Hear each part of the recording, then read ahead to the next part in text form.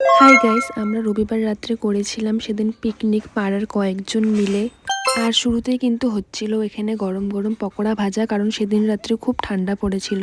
সবাই ভেবেছিল চিকেন পকোড়া করবে, কিন্তু লাস্ট অবধি হয়েছিল বাঁধাকপি আর পেঁয়াজের পকোড়া।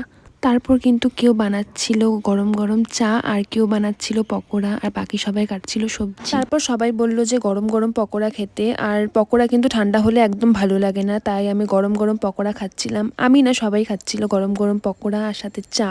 আর তারপর দেখি যে দুটো কাকিমণি নাচ করছে, আর তোমরাও এখন নাচ দেখো আমার সাথে।